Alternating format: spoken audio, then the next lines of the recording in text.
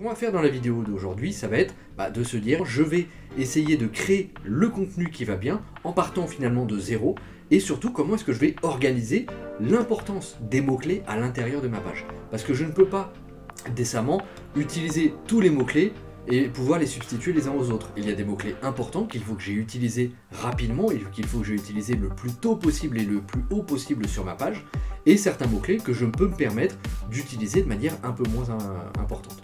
Donc la première chose qui va m'intéresser ici, ça va être de se dire déjà comment est-ce que je crée mon contenu. Et bien finalement quand je crée du contenu en SEO, je ne m'intéresse que très peu à la forme qu'il a. C'est-à-dire que vous pouvez faire un article, vous pouvez faire un tuto, vous pouvez faire une description de votre produit, vous pouvez faire un article, vous pouvez faire un comparatif, vous pouvez faire un commentaire, vous pouvez faire une news sur votre métier, une actualité sur votre métier. La forme que va prendre l'article, elle est de votre choix. C'est-à-dire que moi, ce qui va surtout m'intéresser, c'est les mots-clés que vous allez mettre à l'intérieur. Mais finalement, derrière, encore une fois, je vous en ai parlé dans les vidéos précédentes, ça peut être un article parce que vous le vendez, ça peut être le titre d'une catégorie, ou en tout cas ça peut être la page catégorie, ou ça peut être un article de blog dans lequel vous venez poser une question. Mais finalement, une fois qu'on a commencé à rédiger, la forme de l'article n'intéresse que peu. Ce qui va surtout m'intéresser en SEO, c'est le fond et la balise, c'est-à-dire comment est-ce que je vais baliser le contenu à l'intérieur de mon site internet. Donc pour créer les bons contenus, il y a un premier exercice à faire, c'est déjà de regarder un peu tout le champ lexical que l'on veut utiliser et quels sont les mots-clés que je dois absolument utiliser sur ma page et lesquels je peux me permettre de ne pas forcément utiliser. Donc là par exemple, je vais faire un article sur Google Analytics. Et bien avant de remplir cet article, avant de rédiger vraiment cet article, il va falloir que je fasse la liste complète de tous les mots-clés qui gravitent autour de mon métier, c'est-à-dire qui gravitent autour de Google Analytics. Donc je vais très rapidement avoir des mots-clés comme audience, trafic, conversion, visite, visiteur, taux de rebond. Ce sont des mots-clés qui percutent directement, c'est-à-dire que si j'étais venu vous voir et si je vous avais demandé quels sont les mots-clés qui percutent quand vous jouiez Google Analytics, vous auriez sûrement sorti ces mots-clés-là. Si on avait fait l'exercice, si je vous avais demandé un peu plus longtemps et si on avait cherché et creusé un peu plus loin, on aurait pu tomber sur des mots comme data, on aurait pu tomber sur des mots sur web analyst, on aurait pu tomber sur des mots comme performance, mais c'est pas forcément les premiers mots qui vont vous venir à l'esprit quand je vais vous dire Google Analytics. Donc la première étape, c'est déjà de faire cette liste complète, et ensuite, une fois qu'on a fait cet exercice-là, je vais avoir une deuxième partie de l'exercice qui va consister à utiliser le plus rapidement possible les bons mots-clés. Là, je vais vous mettre ici 3 phrases. Ces 3 phrases-là, finalement, elles vont décrire un seul et même sujet, un seul et même objet. Donc les 3 phrases que vous voyez à l'écran, c'est autrefois considéré comme une divinité, je suis une bête à poil connue pour avoir une vie de dilettante. La deuxième phrase, c'est prédateur de souris, mon espèce pratique la chasse nocturne. Et la troisième phrase, c'est animal félin domestique. Si je vous avais donné les 3 phrases en même temps, et si je vous donne d'ailleurs les 3 phrases en ce moment, vous allez me dire, finalement ça correspond au chat, animal félin domestique, ça correspond au chat. Mais si je vous avais donné que la première phrase, elle n'aurait pas forcément été aussi claire pour vous. Pourquoi? Parce qu'en fait, les mots-clés qui ont été choisis ne sont peut-être pas forcément les mots-clés qui sont le plus corrélés au chat. Et effectivement, ce qui est intéressant, c'est que c'est la phrase la plus longue, si on les prend séparément les unes des autres, c'est la phrase la plus longue qui est la plus ambiguë. C'est-à-dire que je ne suis pas forcément sûr, moi cet exercice-là, de donner ces 3 phrases-là, je l'ai fait un certain nombre de fois, et sur la première phrase, j'ai eu des réponses qui étaient très large, c'est-à-dire que je vais avoir des gens qui vont m'avoir répondu le Minotaure, je vais avoir des gens qui vont m'avoir répondu mythologie, Zeus ou des choses comme ça, donc finalement des réponses assez larges. Sur la deuxième phrase, prédateur de souris, mon espèce pratique la chasse nocturne, les réponses qui me sont données très souvent, ce sont des animaux, je vais avoir la chouette, je vais avoir le hibou, le renard, la belette, tout ce que vous voulez, mais déjà on va repartir sur des animaux existants, et par contre sur la troisième phrase, si je vous donne la troisième phrase, et quand je la donne en exercice, et bien effectivement je n'ai ici que le chat, parce que c'est la seule réponse, en Europe en tout cas, c'est la seule réponse qui fonctionne pour cette phrase. Et pourtant, même si les 3 phrases décrivent bien la même chose, c'est la phrase la plus courte qui est la moins ambiguë et la plus parlante. Et c'est ça en fait, quand on va parler du choix des mots-clés, quand on va parler du choix du champ lexical, c'est que moi si je veux me positionner sur le mot chat, il va falloir que j'ai utilisé bien sûr le mot chat dans ma page, il va falloir que ça soit bien placé, que ce soit dans mes balises, on va en reparler juste après, mais au-delà de ça, quand Google va passer sur ma page, il va se dire chat, le mot chat est forcément connecté à des mots.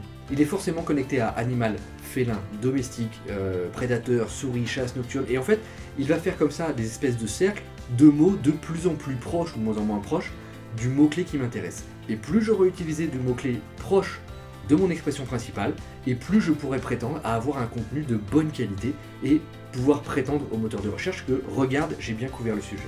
Pourquoi est-ce que Wikipédia se positionne très bien sur un certain nombre de mots-clés?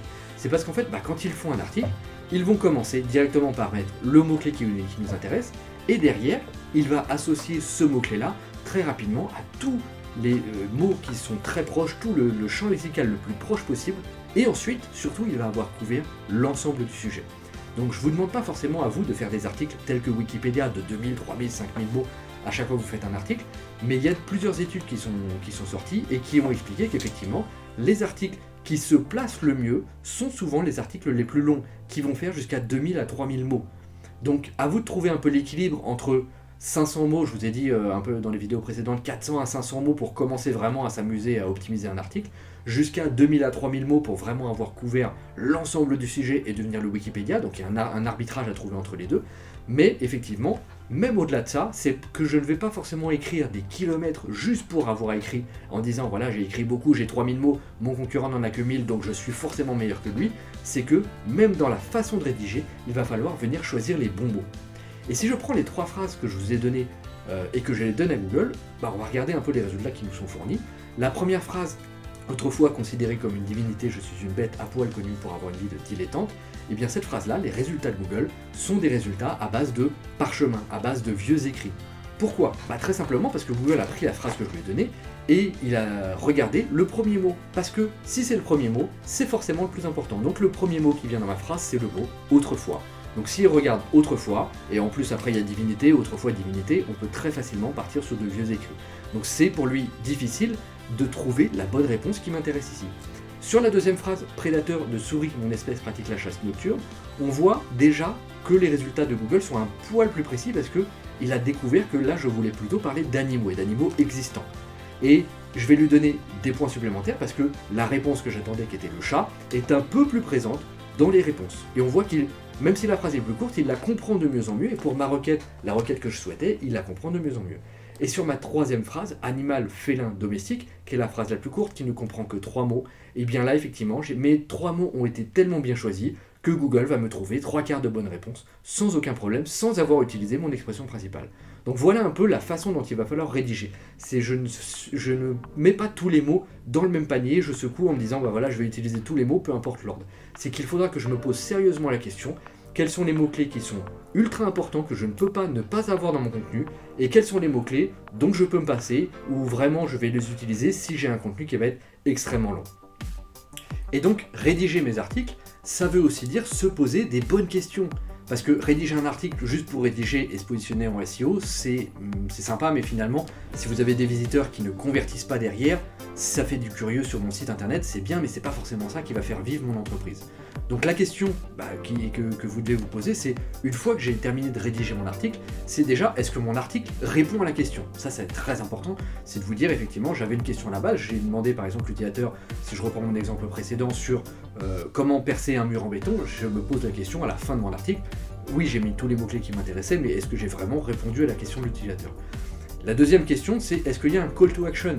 Parce que tous les articles de votre blog, par exemple, ou toutes les pages de votre site internet doivent avoir en bas de page un appel à l'action. Il doit se passer quelque chose où l'utilisateur arrive en bas de page et il ne se dit pas qu'est-ce que je fais maintenant, il se dit maintenant il y a un gros bouton, je vais cliquer dessus et je vais faire une demande de devis, je vais faire un achat sur le site, il va se passer quelque chose qui effectivement va m'intéresser. Donc toujours un call to action sur les éléments en bas de page.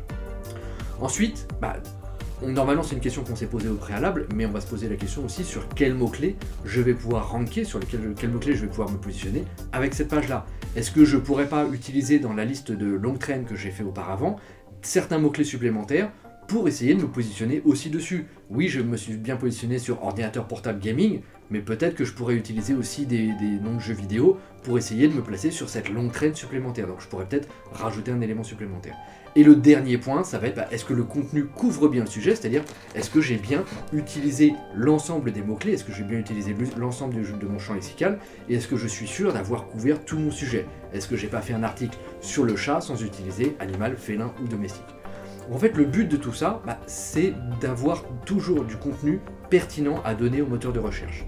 Donc que ce soit du contenu existant sur votre site ou du contenu à créer, l'exercice qu'on vient de faire là, finalement, il est le même. Parce que si on parle d'un ancien contenu que vous avez sur un ancien site ou au moment de faire une refonte, ou même un contenu de votre site actuel que vous voudriez optimiser, les questions sont exactement les mêmes.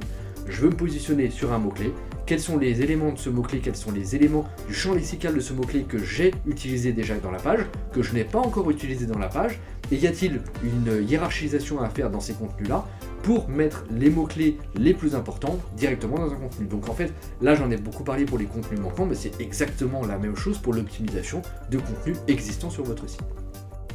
J'espère que c'est plus clair pour vous, et maintenant c'est à vous de jouer.